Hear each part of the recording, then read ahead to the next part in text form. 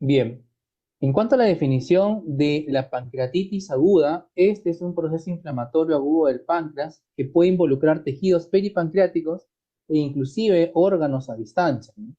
Es decir, no solamente el páncreas puede inflamarse, sino otros tejidos que a distancia pueden dañarse por el cuadro de una pancreatitis aguda. En cuanto a la patogenia, tenemos que principalmente se debe por una lesión acinar por toxicidad directa o indirecta. Hay una respuesta inflamatoria aguda profunda. Esta lesión acinar va a generar una liberación de sustancias citoquímicas y un deterioro de la secreción de las mismas a nivel pancreático, lo cual va a generar una autodigestión y necrosis pancreática. En cuanto a la etiología, tenemos que principalmente a nivel de Sudamérica es la presencia de cálculos biliares o patología biliar, hasta un 70%. Sin embargo, a nivel del hemisferio norte, generalmente puede llegar solamente a un 35%. Por el contrario, en el hemisferio norte, generalmente las causas de pancreatitis se deben al consumo de alcohol, llegando a ser hasta un 30%. No debemos olvidar que hay fármacos que utilizamos en el día a día que podrían también causar cuadros de pancreatitis. Los más comunes o los más conocidos que pueden causar este cuadro son la furosemida, los diuréticos tiacídicos, los IECAS, la azathioprina, las sulfamidas, el metronidazol, entre otros antibióticos. Las causas obstructivas, entendiéndose por cuadros de obstrucción por litos, sino por obstrucción por tumores, tipo un tumor a nivel de la ampolla de Vater o páncreas divisum, o algún proceso metastásico que esté comprimiendo el páncreas, también podrían producir un cuadro de pancreatitis aguda. Dentro de las causas metabólicas, la más común generalmente no suele dar amilasemia o hiperamilasemia, justamente es cuando se tienen triglicéridos alrededor de más de 1000. Antiguamente o años anteriores se decía que tendría que ser un nivel de triglicéridos más de 1500, pero actualmente se considera que un valor más de 1000 de triglicéridos puede ser ya un factor de riesgo para desarrollar pancreatitis aguda. No olvidar que existen infecciones que pueden producir el mismo cuadro, como citomegalovirus, parotiditis, virus Epstein-Barr, virus de hepatitis A y tuberculosis, entre otros. Causas más raras, autoinmunes, dentro de las cuales el lupus eritematoso sistémico puede ser una causa de pancreatitis autoinmune. También tenemos causas isquémicas, como el proceso tipo vasculíticos, en el cual no solamente hay inflamación, sino también trombosis de los vasos sanguíneos, lo cual va a generar una isquemia y de manera secundaria un cuadro de pancreatitis aguda. Émbolos de colesterol que se ven generalmente cuando hay ruptura fracturas de huesos largos, en el cual hay émbolos de colesterol que es de la médula misma que finalmente pueden llegar a obstruir. Cuadros más raros de émbolo de colesterol son cuando generalmente se rompe una placa ateromatosa, es un proceso de una dilatación o un stent intracoronario. Y cuadros prolongados de isquemia, como un shock, sea cualquiera sea la causa, pueden producir isquemia a nivel de las arterias mesentéricas, produciendo un cuadro de pancreatitis aguda. Causas traumáticas también no debemos olvidar. Y finalmente, hasta un 15 a 20% nunca tenemos una causa a la cual le atribuimos el título de una pancreatitis idiopática. En cuanto a la clínica, es harto conocido que se va a caracterizar por tener presencia de dolor abdominal intenso, constante, generalmente en epigastrio o en hipocondrio derecho, que puede ser irradiado o no hacia el lado ipsilateral, o sea, hacia el lado derecho, o en forma de cinturón, que es a veces también lo más común. Hay presencia de náuseas, vómitos, distensión abdominal, disminución de los ruidos aéreos. Hay una sensibilidad dolorosa en la palpación y defensa, es decir, existe un peritonismo, pero no peritonitis. Hay un cuadro de ictericia, puede estar acompañado de cuadro de ictericia. Puede haber taquicardia, fiebre. Si el cuadro sigue progresando, puede generar hipotensión, falla orgánica, inclusive lo que se conoce como shock. Además, produce una deshidratación importante que el paciente puede pasar de un estado de consciente a un cuadro de estupor y finalmente coma. En cuanto al laboratorio, lo que tenemos que recordar que las enzimas del hígado generalmente nos va a dar una cierta etiología. Pueden elevarse todo el espectro de las enzimas del hígado, Pero si tenemos generalmente una elevación de TGP en más de 3 veces el valor, nos haría sospechar una causa litiásica, al igual también que la elevación de la fosfatasa alcalina y probablemente la GGT. Puede haber también un cuadro de leucocitosis como un reactante de fase aguda y un cuadro de hiperglicemia por todo el cortisol que se libera por este cuadro de dolor. La mayoría de pancreatitis suele consumir calcio en sangre, por lo tanto podríamos encontrar cuadros de hipocalcemia sostenida en el tiempo. Recordar que inclusive la hipercalcemia también puede ser otra causa de pancreatitis, pero durante la pancreatitis se observan niveles disminuidos de calcio. Lo más importante, obviamente, son las enzimas pancreáticas, la cual es la amilasa y la lipasa. La amilasa antiguamente, bueno, todavía se puede dosar en sangre y hacer lo que se conoce como clearance de amilasa, pero generalmente no se suele utilizar más. Lo que se tiene que hacer es dosar amilasa en sangre. Lo malo es que la amilasa no solo se produce en las células pancreáticas, sino también se producen en varias otras células, como las células salivales, el esófago, entre otras. Por lo que hay múltiples causas de amilasemia.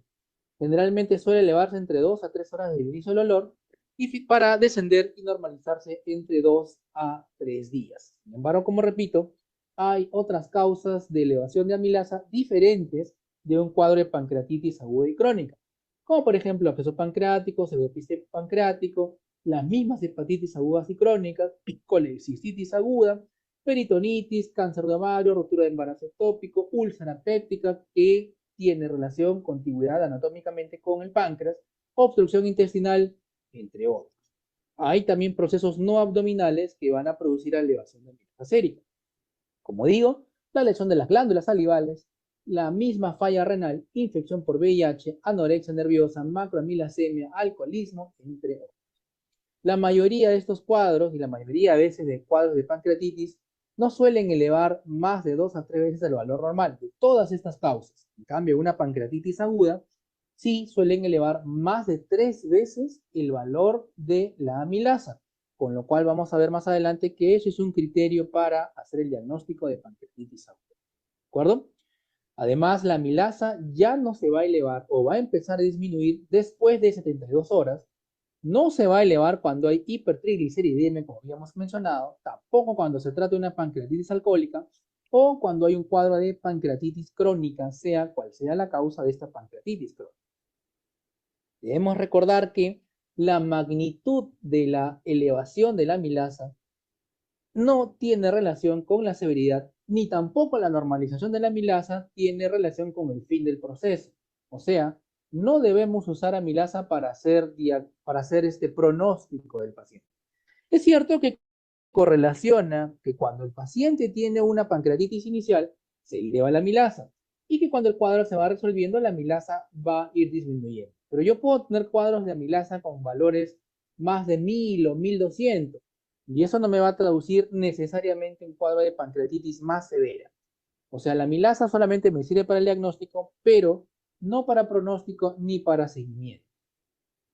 La lipasa, que es la otra enzima pancreática, es mucho más específica y más sensible que la amilasa. Y lo más importante es que permanece por mucho más tiempo elevada.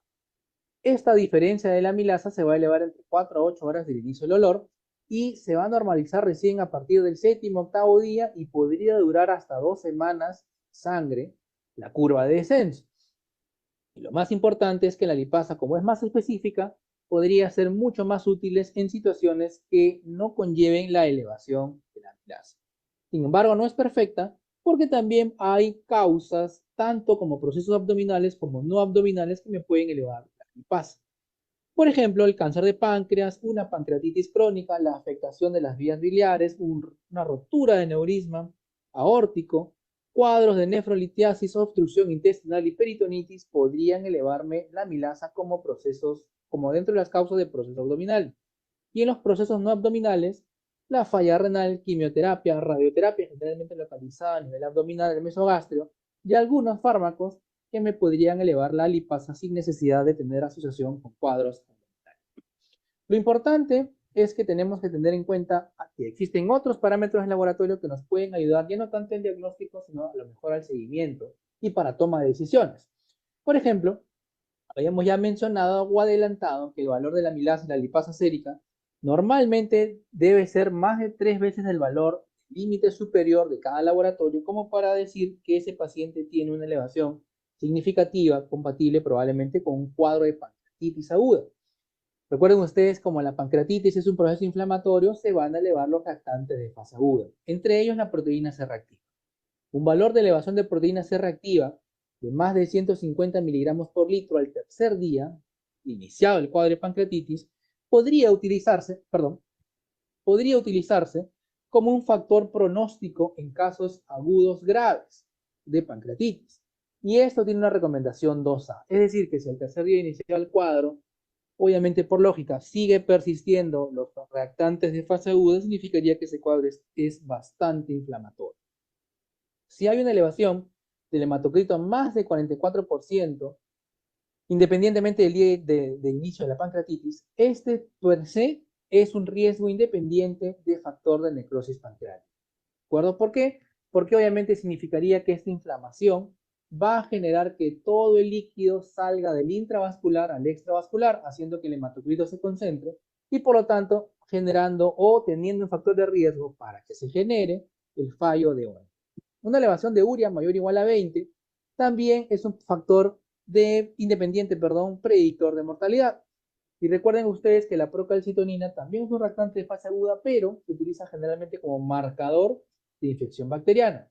Ya ustedes recordarán o seguro ya tendrán algo de conocimiento que cuando hay una pancreatitis muy intensa y hay una licuefacción del tejido, estos se pueden necrosar y después de eso se pueden infectar. Justamente la procalcitonina es la prueba de laboratorio más sensible para la detección de infección pancreática. Y los niveles bajos de esta obviamente me suelen alejar la posibilidad de una infección. Es decir, tendría un factor negativo, predictor negativo, para descartar que hay una infección y que esas colecciones sean estériles. ¿De acuerdo? Además, en ausencia de cálculos biliares, o sea, no tengo una etiología biliar de la pancreatitis, o no hay sospecha de alcohol como causa de pancreatitis, se debería dosar generalmente niveles séricos de triglicéridos y de calcio además, porque recuerden que la hipercalcemia y la hipertrigliceridemia son ambas causas de pancreatitis aguda. Un valor más de 1000 de triglicéridos o de 11.3 milimoles por litro dan a conocer que la etiología sería esta hipertrigliceridemia. ¿De acuerdo? Entonces, el diagnóstico necesitamos dos de tres de estos hallazgos. Primero, un dolor abdominal típico, característico de pancreatitis, que ya hemos mencionado, una amilasa o lipasa más de 3 veces el valor, o hallazgos típicos o compatibles de pancreatitis aguda en una tomografía o en otro cualquier estudio de imagen que sea ecografía o resonancia. La placa de abdomen simple no te ayuda mucho a decir si es que hay una pancreatitis aguda. Podría encontrarse solamente un signo que se llama el asa centinela, que generalmente no se ve en todos los pacientes, solamente en un 20 a 15% de los mismos. Entonces, de estas tres opciones que tengo, con dolor abdominal, elevación de amilasa o lipasa más de 3 veces el valor, o hallazgos típicos o sugerentes de pancreatitis en un estudio de imagen, si tengo dos de estos tres, tengo el diagnóstico de una pancreatitis aguda. Con esto, yo ya tengo que empezar el manejo del mismo. ¿Cuándo inicia la pancreatitis? Cuando inicia el primer síntoma de dolor. Y es importante establecer esto porque, como repito, algunos pacientes con pancreatitis a las 48 o 72 horas pueden estar descompensándose. Y entonces tenemos que ver el tiempo generalmente lo más exacto posible porque hay dos picos de mortalidad de pancreatitis. Al inicio y a la semana. Al inicio, obviamente, por toda la cascada inflamatoria. Y a la semana, porque estos pacientes que han tenido una gran pancreatitis, una pancreatitis severa, tienden a tener infecciones de las necrosis pancreáticas. Entonces, hay dos grandes picos de mortalidad, al inicio por toda la cascada y después de la primera semana por infecciones de las necrosis pancreáticas. En cuanto al estudio por imágenes, la ecografía abdominal nos puede ayudar porque una ecografía me sirve para evaluar el árbol biliar como una causa de pancreatitis aguda, más que para observar el páncreas en sí. Es cierto que en una ecografía puedo yo tratar de visualizar el páncreas, aunque a veces es difícil.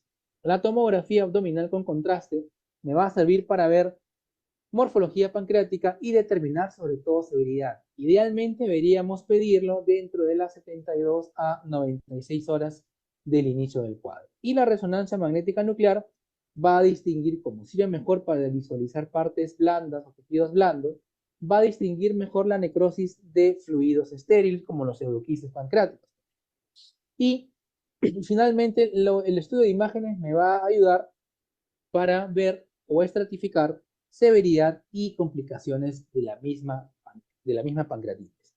La radiografía de abdomen de pie directa y de tórax de frente, como repito, me podrían dar en la radiografía de abdomen lo que se conoce como asa centinela, y en la radiografía de tórax lo que podríamos encontrar es un derrame pleural izquierdo, el cual se reabsorbe después de todo este proceso inflamatorio. Existen, a grandes rasgos, dos grandes tipos de pancreatitis aguda. Una pancreatitis edematosa intersticial, el cual tiene un crecimiento difuso del páncreas debido a edema inflamatorio. Hay un parénquima homogéneo, la grasa peripancreática generalmente es la que muestra los cambios inflamatorios. Hay colecciones líquidas peripancreáticas y los síntomas usualmente se resuelven dentro de la primera semana. Sin embargo, hay un proceso también de una pancreatitis un poco más severa que termina siendo una pancreatitis necrotizante, en el cual afortunadamente se dan en la menor cantidad de pacientes, de 5 a 10% de los mismos. Hay necrosis del parénquima pancreático, del tejido peripancreático, o lo más común es que haya necrosis de ambos tejidos.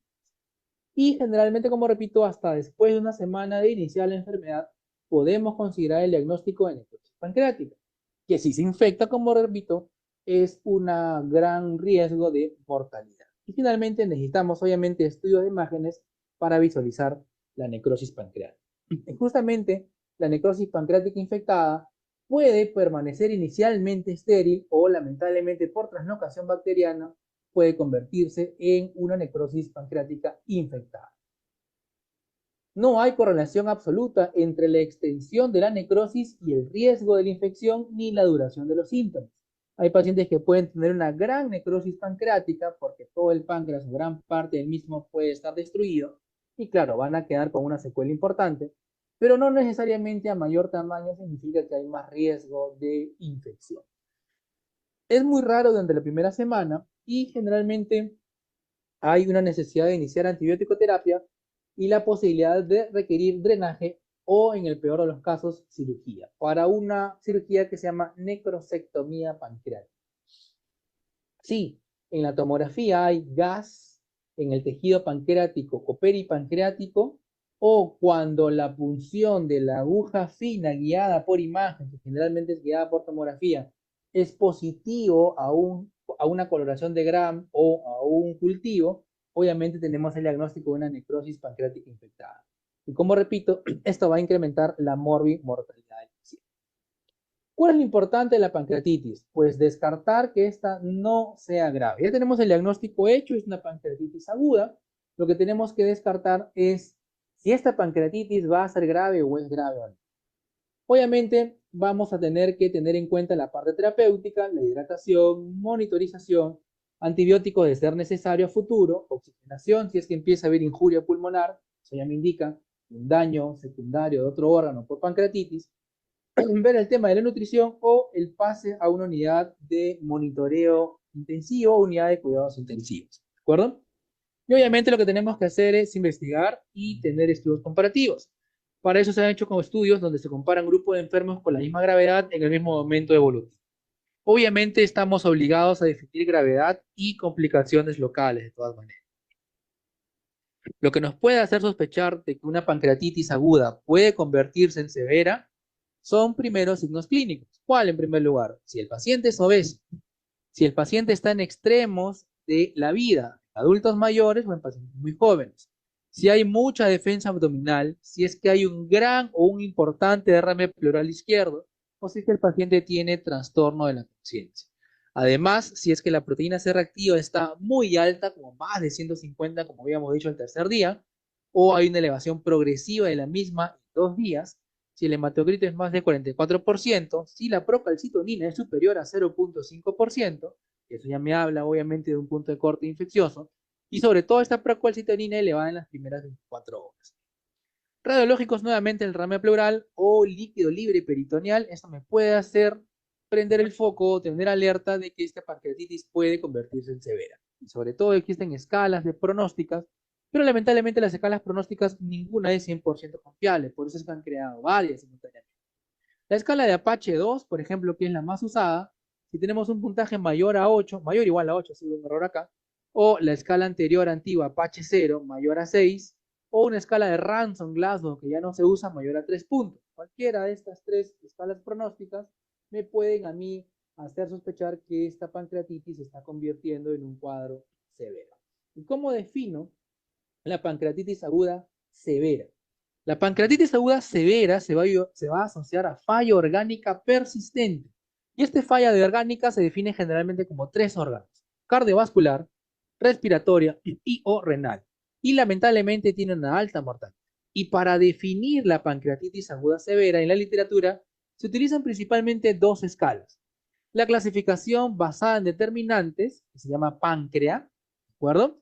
Y la clasificación de Atlanta. Sin embargo, se ha demostrado en varios estudios que ambas son similares para establecer el diagnóstico y severidad de la pancreatitis aguda. Eso es lo que tenemos que descartar, que nuestro paciente que tiene pancreatitis no se convierte en un cuadro severo. Recuerden que nuevamente este paciente que tiene una pancreatitis aguda severa, sobre todo necrosis infectada, tiene mayor riesgo de morir. Y generalmente estos pacientes deberían ser admitidos en la unidad de cuidados intensivos a la brevedad posible. Entonces, vemos acá las dos definiciones para generar el diagnóstico de pancreatitis aguda severa. Primero revisemos la clasificación de Atlanta del año 2013. Esta clasificación nos dice que se divide en tres: pancreatitis aguda leve, estamos viendo en la primera, en la tabla en la parte superior izquierda. Al medio, en el lado izquierdo, se ve la definición de pancreatitis aguda moderadamente severa y la pancreatitis aguda severa. La pancreatitis aguda leve, según la clasificación de Atlanta, es la que existe, o pero en la que no hay fallo de órgano, no hay complicaciones locales o sistémicas. La pancreatitis aguda moderadamente severa, esta segunda, se define como una falla orgánica transitoria que demora menos de 48 horas y la presencia de complicaciones locales o sistémicas, pero sin la presencia de falla orgánica persistente. La falla orgánica persistente se define como más de 48 horas, obviamente. Y finalmente, la pancreatitis aguda severa, para la definición de Atlanta, que es del lado izquierdo, se define como la persistencia de uno o más órganos que se encuentren en falla por más de 48 horas. Por el extremo derecho tenemos la clasificación basada en determinantes para clasificar la pancreatitis aguda severa, que como vemos se divide ahora en cuatro, no en tres. La pancreatitis aguda leve se define como que no hay falla de órgano, no hay necrosis peripancreática ni pancreática. La pancreatitis aguda moderada, donde hay falla orgánica transitoria y o además hay necrosis pancreática pero estéril o peripancreática estéril. Esa es la moderada. Para la clasificación basada en determinantes, la pancreatitis aguda severa, que nos interesa, coincide prácticamente con la de Atlanta y nos dice que hay persistencia de falla orgánica o colecciones peripancreáticas o pancreáticas infectadas. Esto me hace la definición según la clasificación basada en determinantes. Y finalmente ponen una clasificación más o un grado de severidad más que le llaman pancreatitis aguda crítica, en el cual hay persistencia de falla de algún órgano y además necrosis pancreática infectada o necrosis peripancreática infectada. Entonces, ambas clasificaciones, la de Atlanta que utilizan más los americanos y la clasificación basada en determinantes que generalmente lo utilizan tanto americanos como europeos, son igual de válidas para clasificar la pancreatitis aguda severa. Entonces, para hacer un resumen, la clasificación de Atlanta en 2013 me dice que la pancreatitis aguda leve es que no hay falla de órgano y no hay complicaciones locales o sistémicas, ¿de acuerdo?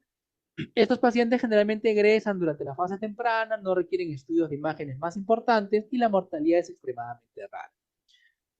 La pancreatitis aguda moderadamente severa es la pancreatitis, obviamente, donde hay una falla orgánica transitoria, ¿de acuerdo? Y hay complicaciones locales o sistémicas, pero no hay un fallo orgánico persistente, es decir, no demora más o demora menos de 48 horas ese fallo orgánico. Y la pancreatitis aguda severa, hay persistencia de falla orgánica con una o más complicaciones locales o sistémicas y generalmente puede dar una mortalidad hasta el 50%.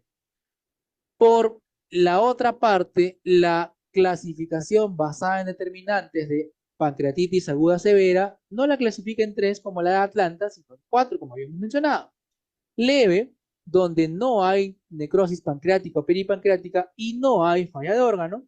Moderada, donde hay necrosis pancreática o peripancreática estéril y puede haber o no falla orgánica transitoria definida como menos de 48 horas.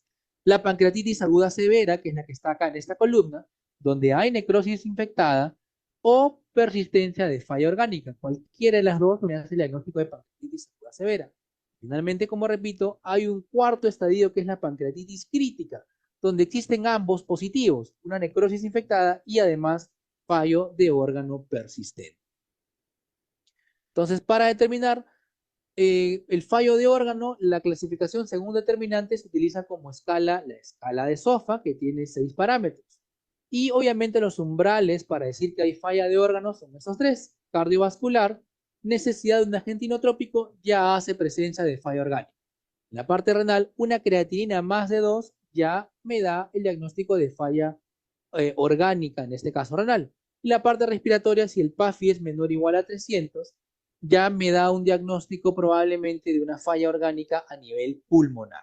En cambio, la clasificación de Atlanta requiere o utiliza no la escala de SOFA para determinar falla orgánica, sino utiliza la escala de Marshall. Y la escala de Marshall utiliza un umbral de más de 2 puntos o más para los 3 sistemas orgánicos, cardiovascular, renal y respiratorio. Es decir, para definir fallo orgánico, según la clasificación basada en determinantes, utiliza SOFA.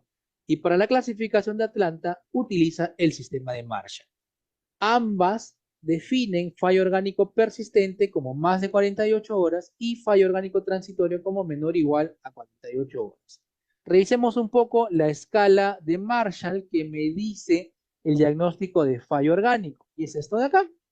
El uso de score de Marshall para pancreatitis aguda severa es para definir la presencia de falla de órganos. ¿De cuáles órganos? De estos 3, respiratorio, renal o cardiovascular.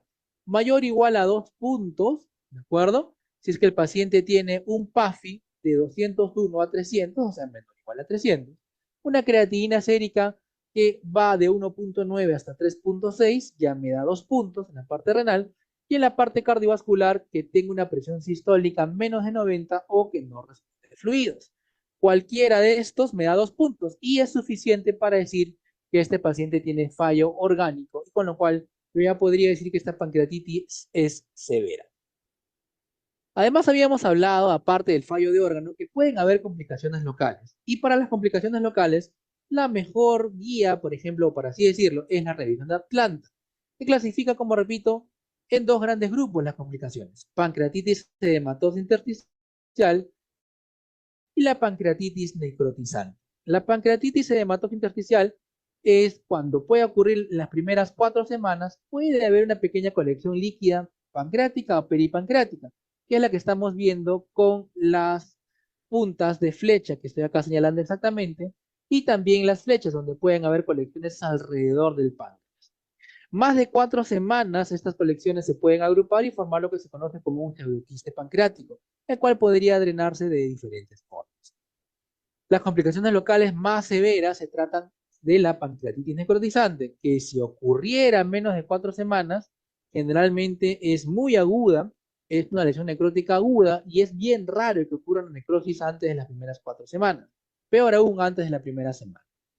Pero después de 4 semanas, generalmente lo que podemos encontrar es una necrosis encapsulada, cuyas siglas en inglés es WON, ¿de acuerdo? Esta necrosis que ven acá, que es bastante extensa, de que estoy señalando con el puntero rojo, puede infectarse por la misma translocación bacteriana.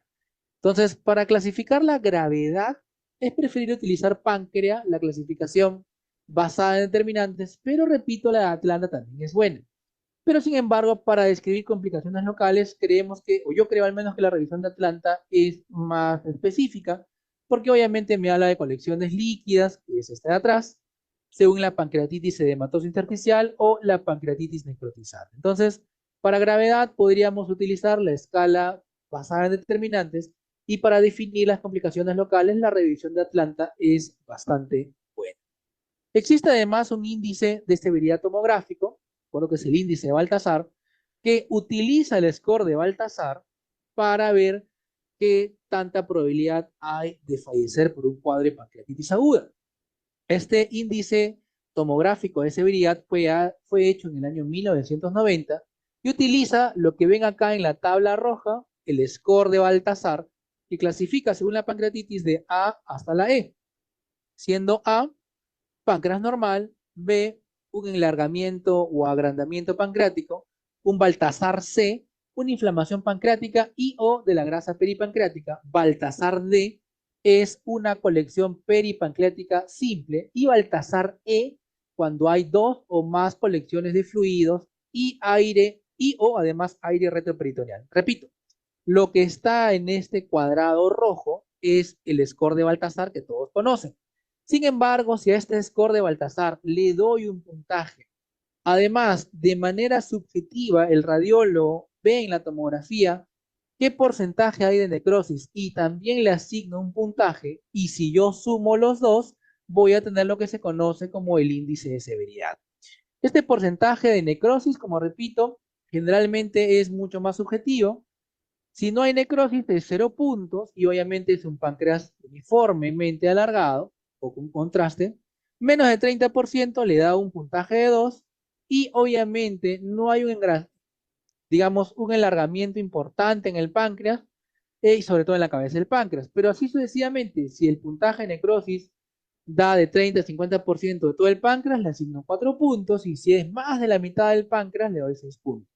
Sumando el cuadrado rojo y el cuadrado azul, voy a obtener el cuadrado morado, que es el índice de severidad pancreática, en donde obviamente a mayor número de índice de severidad voy a tener mayor mortalidad. El punto de corte es a partir de 4. A partir de 4 en este índice de severidad, es decir, yo tengo 4 a más puntos, ya tengo más de un tercio de posibilidad de morir.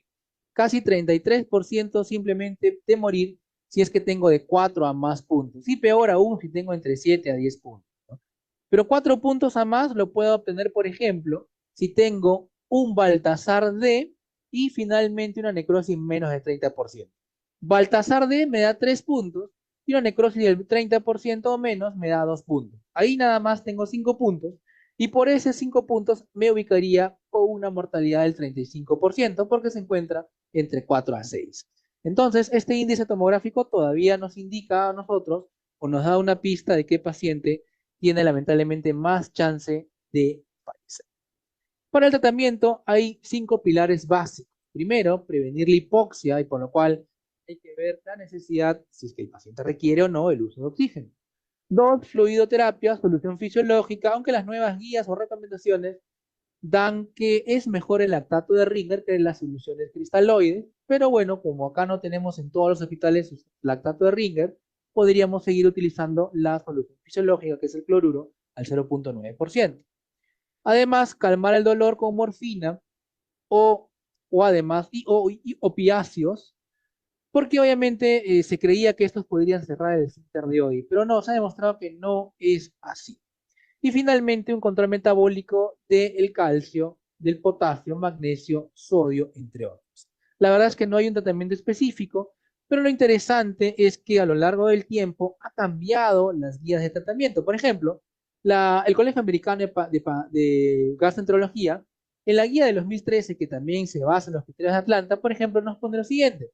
Tenemos que ser agresivos con la hidratación. Esto vamos a darnos cuenta que ya no se da más, no es ser tampoco tan agresivos en la hidratación.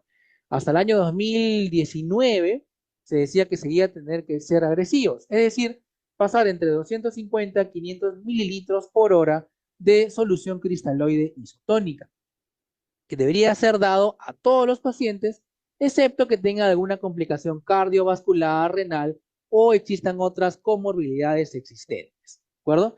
Y que esta hidratación debería darse entre las primeras 12 a 24 horas.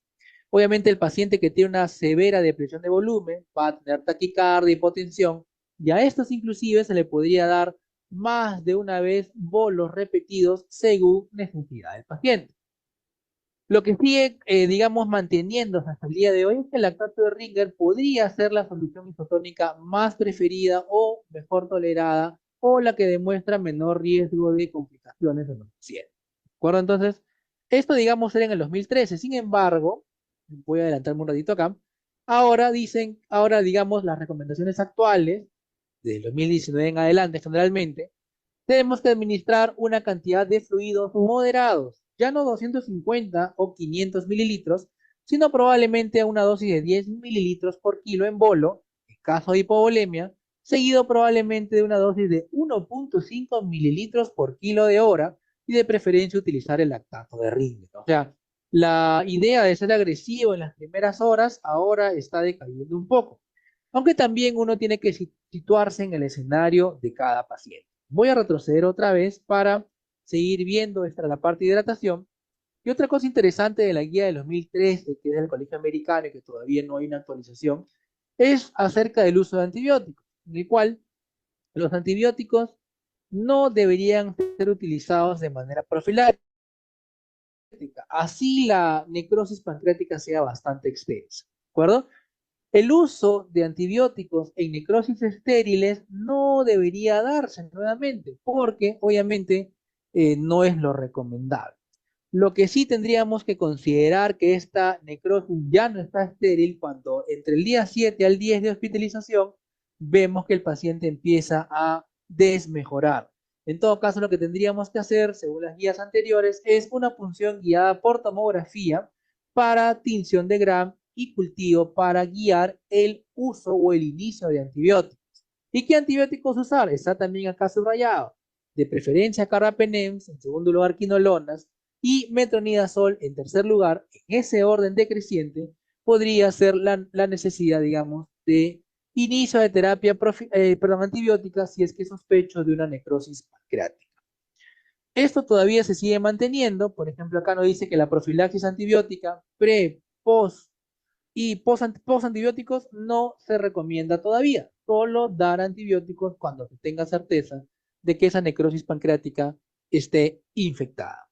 Para complementar, la nutrición se sigue manteniendo las mismas recomendaciones que debería ser dada en demanda y lo más pronto posible, dependiendo obviamente de la mejoría del paciente. Y el manejo del olor es una aproximación multimodal. Podría utilizar desde AINES, otros analgésicos opioides o no opioides, simplemente para ir calmando el olor. Y si con eso no calmar el olor, inclusive en casos extremos, podría utilizar anestesia o analgesia epidural. Nuevamente para el 2023, desde el 2019, se siguen considerando las carbapenems como primera línea de tratamiento antibiótico empírico y de tratamiento antibiótico ya confirmado para necrosis pancreática infectada. Si la necrosis está infectada, actualmente se recomienda dejar en último escalón el tratamiento quirúrgico o inclusive el tratamiento de drenaje, porque se ha demostrado que en esos pacientes que se dan antibióticos, la gran mayoría tiende por reabsorberse si es que están infectados. Sin embargo, si el cuadro es muy severo, la infección es muy grande y se ha infectado, lo más probable es que este cuadro no resuelva solo con antibióticos. Y para el abordaje y drenaje de estas necrosis pancreáticas, no necesariamente el primer paso es la cirugía, es decir, no necesariamente es la necrosectomía pancreática, sino que podrían utilizar drenajes a través del estómago o drenajes guiados por ecografía según la evaluación de cada paciente. ¿De acuerdo? Entonces, todo esto, digamos, son los nuevos conceptos de manejo de pancreatitis aguda que uno tendría que conocer. Para redondear la idea, la profilaxis en antibióticos, si ustedes tengan necrosis grande y extensa, no está indicada hasta que no existe una evidencia clara de una infección. ¿Cuándo dar antibióticos? Solo cuando está infectada. Para lo cual, nuevamente repito, es con una punción con aguja fina guiada por tomografía y el tratamiento mínimo debería ser 3 a más semanas con la posibilidad o necesidad de debridamiento. Puede ser percutáneo o quirúrgico. ¿De acuerdo? El tratamiento de elección sigue siendo los carbapenems. Y finalmente, para el soporte nutricional, el cual es muy importante, se siguen manteniendo las mismas guías que el año 2013, ¿no? La alimentación oral debería ser usada lo más pronto posible si es que el paciente no tiene náuseas, no tiene vómitos y el dolor está mucho más calmado. ¿Qué dieta empezar? Como señala acá, una dieta muy baja en grasa. Puede ser tan seguro como el inicio de una dieta líquida. Y lo más interesante es de que, obviamente, la nutrición enteral se recomienda para prevenir complicaciones infecciosas. El inicio de la nutrición enteral es importante porque esto previene la transmisión bacteriana. Y nuevamente se mantiene el hecho de que el dar alimentación por una sonda nasogástrica es igual que dar alimentación por una sonda nasoyeyunal. Es decir, la sonda que va de la nariz al estómago y dar nutrición por ahí es lo mismo que la alimentación que dar de la sonda hasta el yeyuno. Tienen igual eficacia y seguridad. Y eso todavía se sigue manteniendo a lo largo del tiempo. Para la prevención de recurrencia de pancreatitis aguda biliar, la colecistectomía se recomienda durante la hospitalización o dentro del mes del alta, pero generalmente va a depender de la institución médica más que de otra cosa.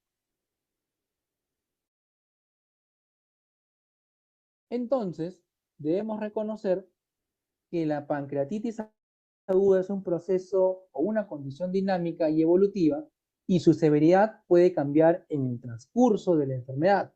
Por eso es importante estar monitorizando al paciente. Finalmente, los puntos de incertidumbre es que hay que consensuar una clasificación de gravedad orientada a la toma precoz de decisiones. Se precisan de nuevos y más marcadores pronósticos que sean más precisos, que solamente manteniendo un valor elevado predictivo negativo incrementen el valor predictivo positivo. Se debería perfilar la mejor pauta de fluidoterapia en pacientes con pancreatitis aguda, que, como repito, antiguamente era abundante y precoz, basado en objetivos claros, o una más conservadora, para evitar complicaciones respiratorias. Y también se deben precisar nuevos estudios sobre el tratamiento de la necrosis pancreática infectada mediante técnicas mínimamente invasivas, además de investigar nuevos fármacos específicos que mejoren el pronóstico de esta enfermedad. Y por último, el papel de la zona nasogástrica de fácil instauración frente a la nasoyeyunal en la pancreatitis aguda grave se ha demostrado que hasta el momento siguen teniendo igual efectividad y seguridad en los pacientes.